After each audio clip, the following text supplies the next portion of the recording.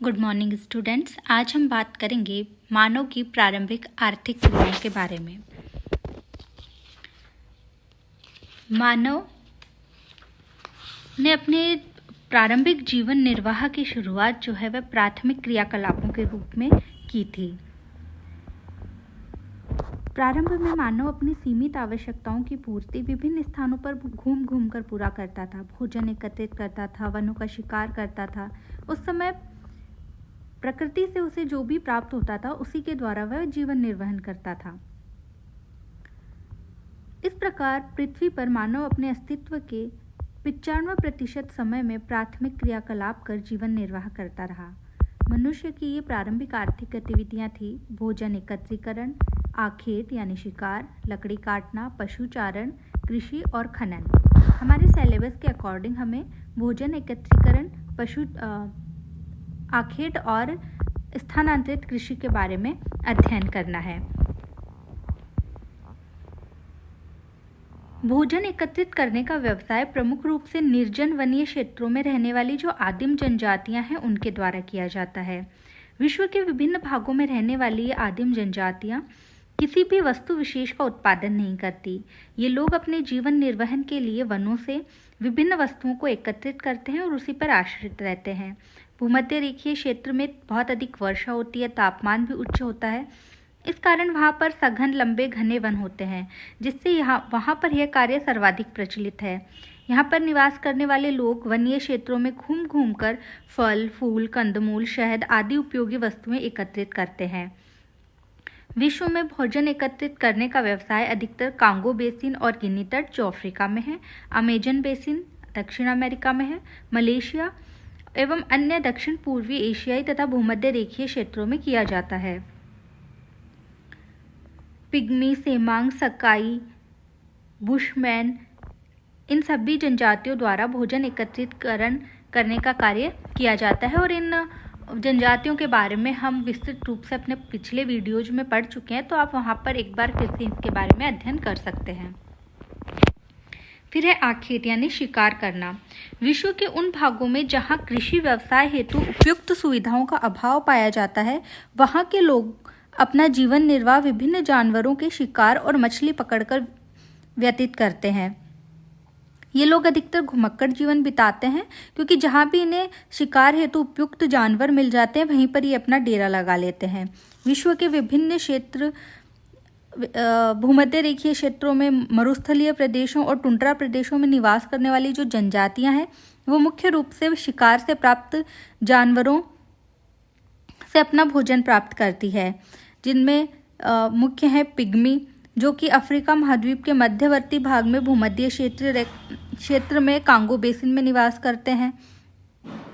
Pygmy जनजाति के जो लोग हैं वर्तमान समय तक उनमें कोई परिवर्तन नहीं आया है। ये लोग विभिन्न जंगली जानवरों का शिकार करके अपना जीवन निर्वहन करते हैं और इसके अलावा जलाशयों से मछलियां पकड़ना भी इनका प्रमुख व्यवसाय बनता जा रहा है। उसके अलावा है दक्षिण अफ्रीका के कालाहारी मरुस्थल में रहने वाली बुशमैन जनजाति। ये लोग अपने भोजन की तलाश घूम घूम कर करते हैं। जहाँ भी जानवर मिलते हैं उन्हें मारकर अपना भोजन बनाते हैं। विभिन्न जानवरों का शिकार ये लोग अपने द्वारा निर्मित साधारण धनुष की सहायता से करते हैं। कालाहारी क्षेत्र में एंटीलोप, जेब्रा, जिराफ, खरगोश, बतख, गिद्ध आदि जानवर पाए जाते हैं, जिनका ये लोग शिकार कर लेते हैं। छोटे छोटे जलाशयों में मछली पकड़ना, कंदमूल, कीड़े मकोड़े, छिपकली, मेंढक आदि छोटे कीड़ों तक को ये अपने भोजन के रूप में प्राप्त करते हैं। फिर है उत्तर अमेरिकी महाद्वीप के उत्तरी क्षेत्र में रहने वाली एस्किमो जनजाति। ये जनजाति पूरी तरह से शिकार पर ही निर्भर करती है। इनके द्वारा समुद्र के तटीय क्षेत्रों में सील, वालरस, व्हेल आदि मछलियों का शिकार किया जाता है।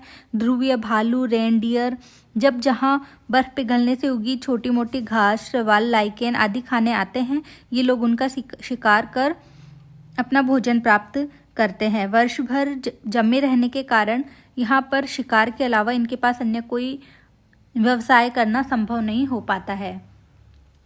उसके बाद है स्थानांतरित कृषि। स्थानांतरित कृषि जो है वह एक आदिम प्रकार की कृषि है। यह उष्णकटिबंधीय सघन वनीय क्षेत्रों में वनों को काट कर साफ किए गए मैदानों में की जाती है। इसे स्थानांतरित कृषि कहते हैं। सबसे पहले जो किसान होते हैं वे वनों को काटकर फसल उपजाने हेतु खेतों का निर्माण करते हैं। 2-3 साल तक कृषि करने के बाद जब वहाँ पर उस भूमि की जो उर्वरता है वह कम हो जाती है और वहाँ पे फिर से पेड़ पौधे उगने लगते हैं, तब किसान उस जगह को छोड़कर अन्य क्षेत्र के वनों को काटकर खेत का निर्माण करता है। यह प्रक्रिया हर 2-3 साल में दोहराई जाती है। इस तरह से हर 2-3 साल में जो खेत हैं वे बदलते रहते हैं। इसी कारण से स्थानांतरित कृषि कहते हैं। इस व्यवस्था में वनस्पति को काटने और जलाने के कारण इसे काटो और जलाओ कृषि भी कहा जाता है, स्लेश एंड बर्न एग्रीकल्चर। यहाँ किसान लकड़ी के हल, कुदाली, खुरपी आदि प्राचीन कृषि उपकरणों का उपयोग करते हैं। वर्षा से पहले खेत में बीज डाल दिए जाते हैं और किसान दूसरे कार्यों जैसे मछली पकड़ने, आखेट करने में लग जाते हैं। खेत की तरफ कोई ध्यान नहीं दिया जाता है। जब फसल अपने आप पक जाती है तो उसे काट लिया जाता है।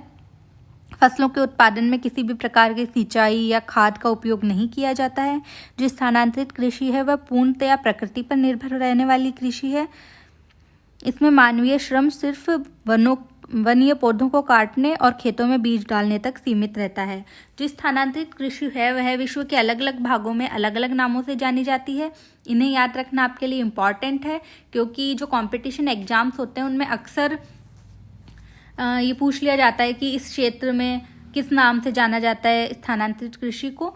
तो ये आपको ध्यान रखना है कि मलेशिया में लदांग, फिलीपींस में कैंगिन, मैक्सिको में मिल्पा, वेनेजुएला में कोनुकू, ब्राज़ील में रोका, कांगो में मसोल, म्यांमार में टोंग्या, इंडोनेशिया में हुमाह, श्रीलंका में चेन्ना, भारत में झूम, सूडान में नगासू और मेडागास्कर में इसे टावी नाम से जाना जाता है।